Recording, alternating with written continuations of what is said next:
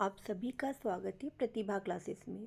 आज हम पढ़ेंगे भारतीय काव्य शास्त्र की महत्वपूर्ण प्रश्नोत्तरी को। यहाँ हमने भारतीय काव्य शास्त्र के उन सभी महत्वपूर्ण प्रश्नों को रखा जो अब तक की प्रतियोगी परीक्षाओं में पूछे जाते हैं तथा आने वाली प्रतियोगी परीक्षाओं में पूछे जाने की संभावना है। ऐसे सभी प्रश्नों का समावेश हमने आज के वीडियो में किया है।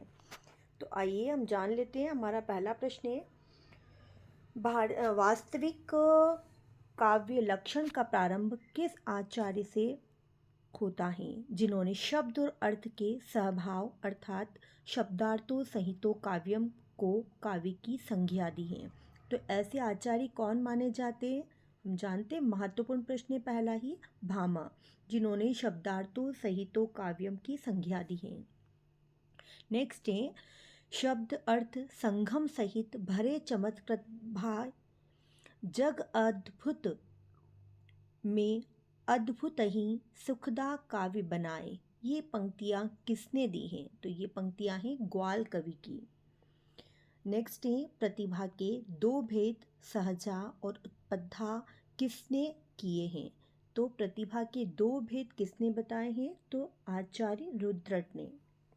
नेक्स्ट है, प्रतिभा को काव्य निर्माण का एकमात्र हेतु मानने के कारण किस आचार्य के प्रतिभावादी कहा जाता है या किस आचार्य को प्रतिभावादी कहा जाता है? तो किस आचार्य को कहा जाता है? पंडित राज जगन्नाथ। अभी की हाल ही की परीक्षाओं में बच्चों इसी प्रकार से भारतीय काव्य शास्त्र से रिलेटेड प्रश्न पूछे जाने लगे हैं। जैसे प्रतिभा के दो भेद कार्यत्री और भावित्री किस आचार्य ने माने? महत्वपूर्ण प्रश्न है। तो आचार्य राजशेखर ने। भावित्री प्रतिभा किसमें होती है? तो किसमें होती है भावित्री? जहाँ भाव होते हैं हमारे हृदय में, तो सहृदय में। नेक्स्ट है, भारतीय काव्य शास्त्र में भावक से अभिप्राय क्या है? भावक का अर्थ होता है सहृदय या आलोचक, जो कि अपने भावों को अभिव्यक्त कर रहा है। नेक्स्ट प्रश्न है, शरीरम तवाधिष्ठार्थ व्यच्छिन्ना पदावली कथन किसका है? अति महत्वपूर्ण क्वेश्चन है। तो ये है शरीरम तावधिष्ठार्थ व्यवच्छिन्ना पदावली कथन किसने दिया है? आचार्य दंडी ने। नेक्स्ट है, रीति सिद्धांत की उपलब्धि है। रीति किसकी? सिद्धांत की उपलब्धि है। शैली तत्वों को महत्व देना। तो रीति सिद्धांत की उपलब्धि क्या बताइए? शैली के तत्वों को महत्व देना। नेक्स्ट प्रश्न है, वामन के अनुसार गुण और रीति का संबंध है। कैसा संबंध है? अभेद संबंध।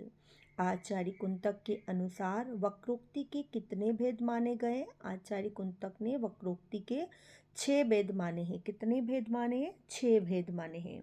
नेक्स्ट है, वक्रोक्ति सिद्धांत की महत्वपूर्ण उपलब्धि क्या है? कलावाद की प्रतिष्ठा करना।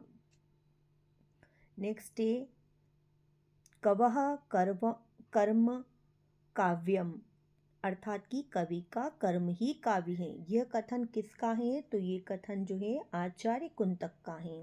नेक्स्ट है, औचित्य विचार चर्चा ग्रंथ किस आचार्य का माना जाता है? हम जानते हैं औचित्य पर चर्चा किसने की है? तो आचार्य क्षेमेंद्र। आचार्य क्षेमेंद्र का सिद्धांत कौन सा है? तो औचित्यवाद। नेक्स्ट है, क्षेमेंद्र के अनुसार औचित्य के प्रधान भेद कितने माने गए? तो औचित्य के भेद हैं 27 भेद। क्षेमेंद्र ने रस का प्राण किसे माना है? तो आचार्य क्षेमेंद्र ने रस का प्राण तत्व माना है औचित्य को। ध्वन्यालोक की टीका ध्वन्यालोक लोचन किसने लिखी है? महत्वपूर्ण प्रश्न है। ध्वन्यालोक की टीका ध्वन्यालोक लोचन किसने लिखी है? तो ये लिखी अभिनव गुप्त ने। ध्वनि सिद्धांत का प्रादुर्भाव व्याकरण के स्फोट सिद्धांत से हुआ है। तो ये भी माना जाता है। नेक्स्ट है, व्याकरण के वाक या वाणी के कितने प्रकार माने गए हैं? तो व्याकरण के वाक या वाणी के कितने प्रकार हैं? 4 प्रकार माने गए हैं। आनंदवर्धन का समय कब से कब तक का है? तो 9वीं शती के मध्य का माना जाता है। नेक्स्ट है, आनंदवर्धन ने व्यंग्यार्थ के तारतम्य के आधार पर काव्य के कितने भेद बताए हैं? तो कितने भेद माने हैं? ध्वनि, गुणभूति, व्यंग, चित्र। इस प्रकार से उन्होंने कितने भेद माने हैं? तो 3 भेद बताए हैं। आनंदवर्धन ने ध्वनि के कितने प्रकार बताए हैं? अब यहाँ भेद पूछा था काव्य के, तो 3 भेद बताए हैं। और ध्वनि के प्रकार, यहाँ ध्वनि के प्रकार हैं तो वस्तु ध्वनि, अलंकार ध्वनि और रस ध्वनि। इस प्रकार से ध्वनि के भी उन्होंने 3 भेद माने हैं। आनंदवर्धन के अनुसार रीति के 4 नियामक कौन कौन से हैं? तो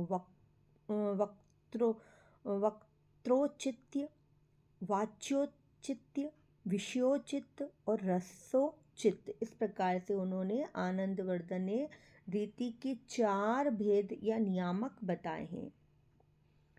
अभिनव गुप्त ने ध्वनि के कितने भेद बताए? अभिनव गुप्त ने ध्वनि के 35 भेद माने हैं।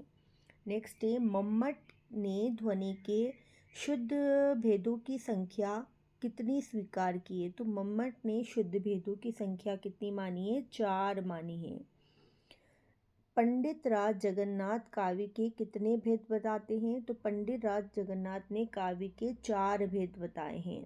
उत्तमोत्तम, उत्तम, मध्यम और अधम। आचार्यों ने व्यंग्यार्थ की प्रधानता, गौणता एवं अभाव के आधार पर काव्य के कितने भेद बताए हैं? तो आचार्यों का मत था 3 भेद, उत्तम, मध्यम और अधम। लेकिन 4 भेद किसने बताए हैं? तो पंडित राज जगन्नाथ ने बताए हैं। नेक्स्ट है, आधुनिक काल के प्रारंभिक समय में से सेठ कन्हैयालाल पोद्दार के काव्य कल्पद्रुम नामक ग्रंथ की रचना की, जो आगे चलकर रस मंजरी और अलंकार मंजरी के रूप में प्रकाशित हुआ। ये भी एक महत्वपूर्ण तथ्य है। हृदयादर्पण नामक ग्रंथ के रचनाकार कौन है? तो हृदयादर्पण या हृदय दर्पण नाम से किसने लिखा है? तो भट्ट नायक का ये ग्रंथ माना जाता है। हिंदी वक्रोक्ति जीवितम या जीवित की भूमिका किसने लिखी है? हिंदी वक्रोक्ति जीवित की भूमिका, अब यहाँ क्या पूछा है? भूमिका पूछ लिया। नामक किताब या पुस्तक किसने लिखी है? तो डॉक्टर नगेंद्र ने। नेक्स्ट है, रस निरूपण के प्रथम व्याख्याता और रस निरूपण का प्रथम ग्रंथ किसे माना गया है? तो किसे माना गया है? रस की सर्वप्रथम व्याख्या किसने की है? आचार्य भरत मुनि ने।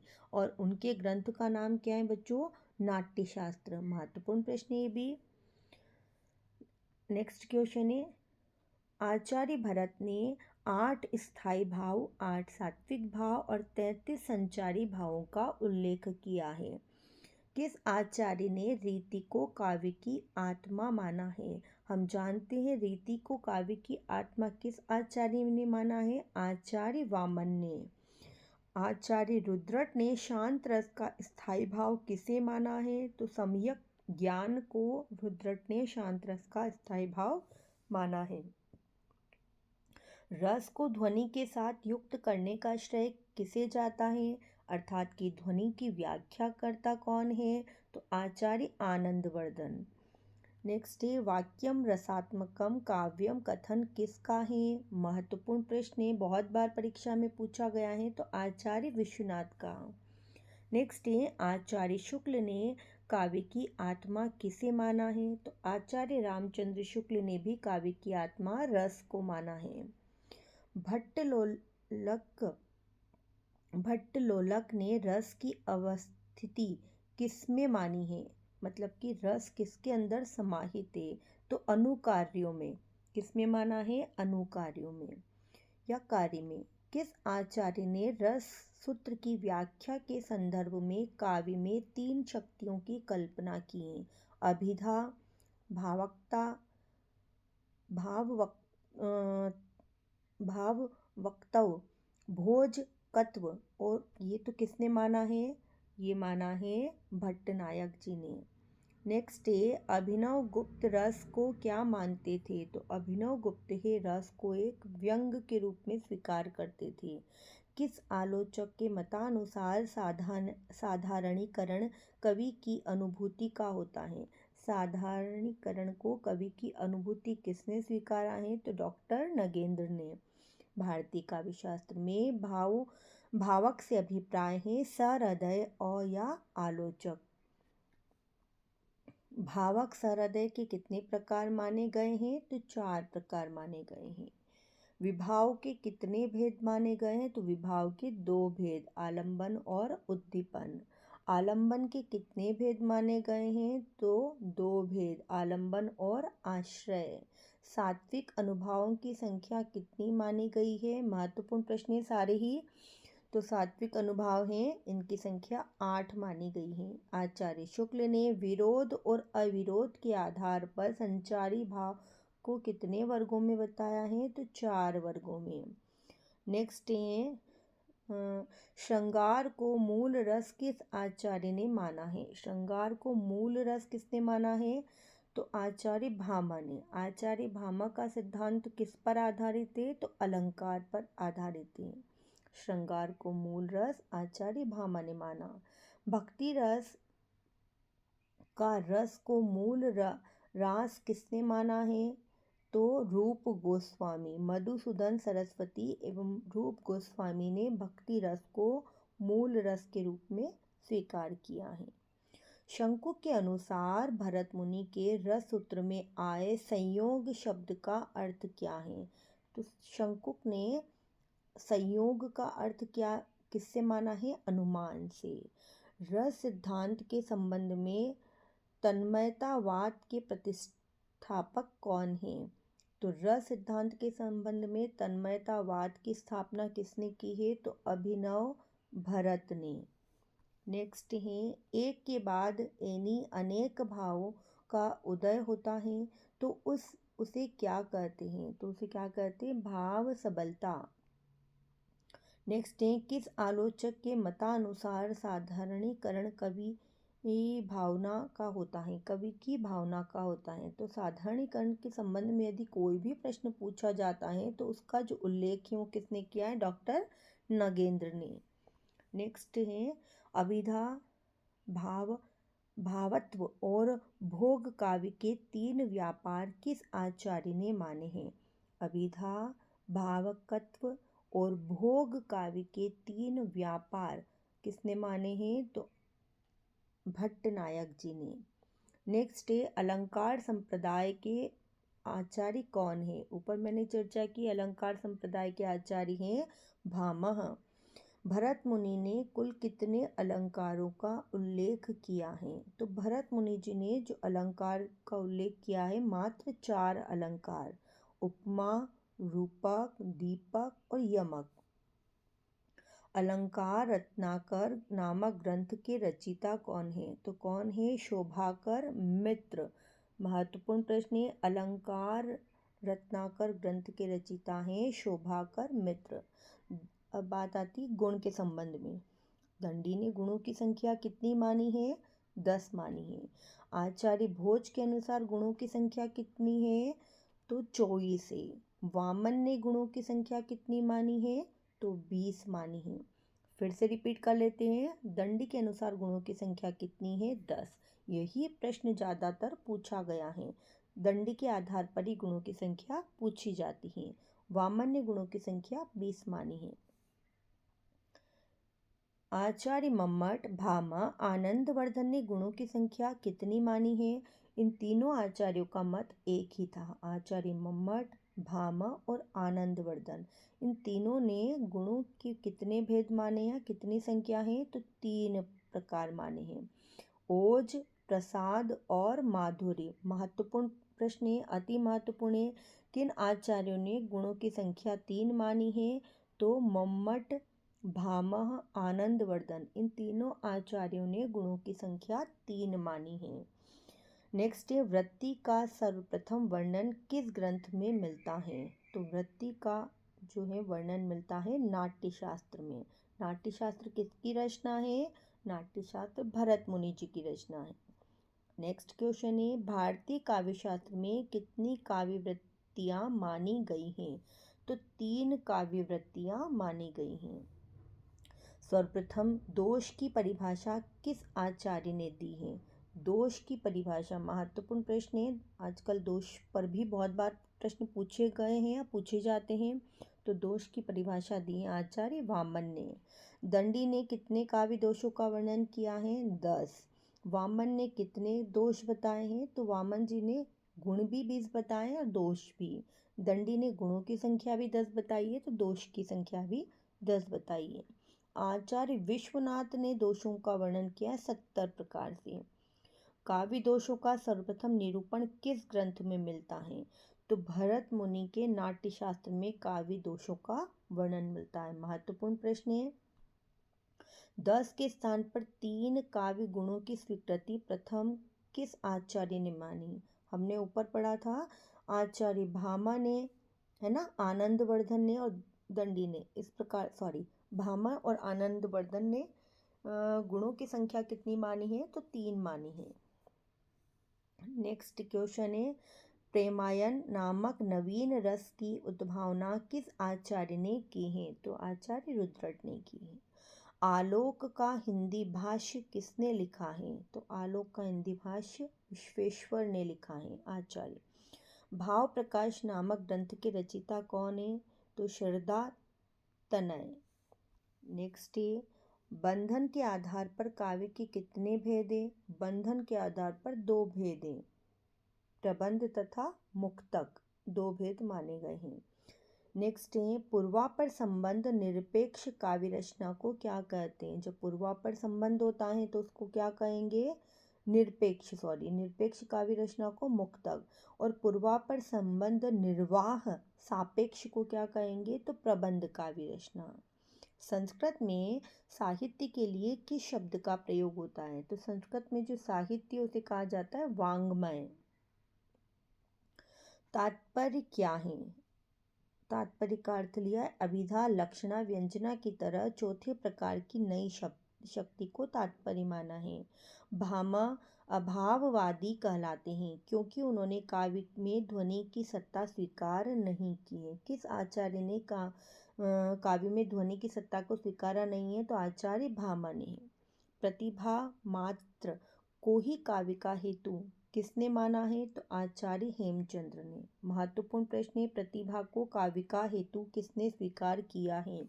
ये कई बार परीक्षाओं में पूछा गया प्रश्न है, तो आचार्य हेमचंद्र ने। गुणीभूत व्यंग के कितने भेद होते हैं? तो 8 भेद होते हैं।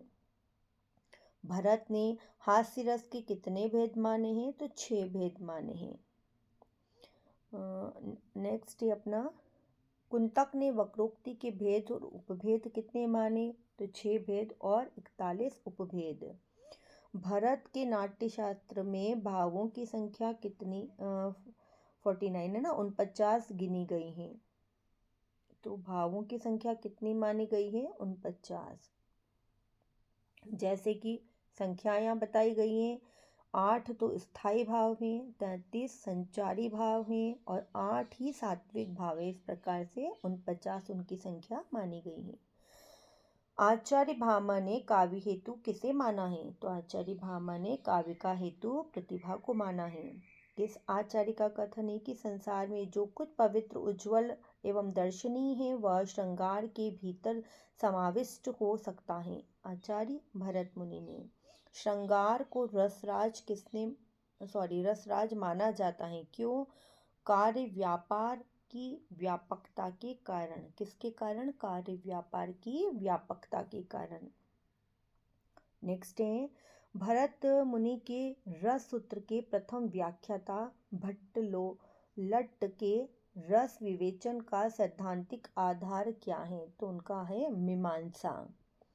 नेक्स्ट है, रस को 2 वर्गों में बांटकर सुख कारक और दुख कारक में बांटकर किस आचार्य ने करुणा, भयानक, विभत्स और रौद्र को दुख कारक तथा शेष को सुख कारक माना है? तो आचार्य रामचंद्र शुक्ल ने तथा गुणचंद्र जी ने माना है। नवरस नामक ग्रंथ के लेखक कौन है? तो नवरस किसने लिखा है? बाबू गुलाब राय जी ने। रस कलश नामक ग्रंथ के लेखक कौन है? तो रस कलश, वैदेही वनवास, है ना, चुकते चौपते, चौखे चौपते, ये जो रचनाएं हैं ये किसकी है? अयोध्यासी उपाध्याय हरिओज जी की। सर्वप्रथम किस आचार्य ने रस को काव्य आत्मा घोषित किया है? सर्वप्रथम किस आचार्य ने, यहाँ आचार्य जी का नाम पूछा है, तो रस को काव्य की आत्मा माना था आचार्य विश्वनाथ ने। रुद्रट एवं कुंतक ने काव्य हेतुओं की संख्या कितनी मानी है, तो 3 मानी है। राजशेखर ने रस का प्रतिष्ठाता किसे माना है, तो नंदिकेश्वर को। नेक्स्ट है, भरत मुनि ने कितने रस, कितने गुण तथा कितने दोष माने हैं। यहाँ एक ही प्रश्न में सारी चीजें पूछी है, तो आचार्य भरत मुनि ने 8 रस, 10 गुण और 20 दोषों तथा अलंकार 4 माने हैं। महत्वपूर्ण प्रश्न है, भरत मुनि ने कितने रस, कितने गुण, ये फिर से रिपीट हुआ है। शब्दार्थो सहितो काव्यम, काव्य की आत्मा, काव्य की इस परिभाषा में दोष क्या है, अतिव्याप्ति, किस प्रकार का दोष है, तो अतिव्याप्ति। महत्वपूर्ण प्रश्न है, शब्दार्थो सहित काव्यम, काव्य की परिभाषा में ही किस प्रकार का दोष है, तो अतिव्याप्ति दोष है। ये भी किसी परीक्षा में पूछा गया था, इसीलिए हम लोगों ने इस प्रश्न को चयन भी यहाँ पर किया। आलोक का हिंदी भाष्य किसने लिखा है, तो आलोक का हिंदी भाष्य आचार्य विश्वेश्वर ने लिखा है। भाव प्रकाश नामक ग्रंथ के रचिता कौन है, तो शारदा तनय। दंडी ने कितने काव्य हेतु माने हैं, तो 3 माने हैं। नैसर्गिक, निर्मल शास्त्र और अमंद अभियोग। रुद्रट और कुंतक ने कितने काव्य हेतु माने हैं, तो 3 माने हैं। वामन ने काव्य हेतु की संख्या कितनी मानी है, तो 3 मानी है। नेक्स्ट है, व्यंग के तारतम्य के आधार पर काव्य के कितने भेद हैं, तो 3 भेद हैं। व्यंग के तारतम्य के आधार पर काव्य के भेद 3 माने गए हैं। काव्य रूप के आधार पर काव्य के कितने भेद हैं, तो काव्य रूप दृश्य काव्य और श्रव्य काव्य 2 भेद हैं। दृश्य काव्य के कितने भेद माने हैं, तो 10 भेद। श्रव्य काव्य के कितने भेद माने हैं, तो 3 भेद, गद्य, पद्य और चंपू। लक्षण के कुल कितने भेद माने गए हैं, तो 12 भेद माने गए हैं। इसी प्रकार से महत्वपूर्ण प्रश्नों पर ही चर्चा कर लेते हैं। अब नीचे, किस आचार्य ने लक्षण के 80 भेदों का उल्लेख किया है, तो आचार्य विश्वनाथ ने। मम्मट ने लक्षण की संख्या कितनी मानी है, 12। बंद के आधार पर काव्य के कितने भेद होते, प्रबंध और मुक्तक। कुछ प्रश्नों का दोहरान हो चुका है, यहाँ पर फिर से रिपीट हो गई है। संस्कृत में साहित्य के लिए किस शब्द का प्रयोग हुआ है, फिर से आया है प्रश्न, वाङ्मय। इसी प्रकार से गुणीभूत व्यंग के कितने भेद हैं, तो 8 भेद हैं। भरत मुनि ने हास्य रस के कितने भेद माने, 6 भेद माने। जनश्रुति के आधार पर किस आचार्य को रस के प्रवर्तक के रूप में या प्रवर्तक होने का श्रेय दिया जाता है, तो नंदिकेश्वर। निश्चित रूप से आपको ये वीडियो पसंद आया होगा। वीडियो पसंद आया है तो इसे लाइक, शेयर और सब्सक्राइब जरूर करना।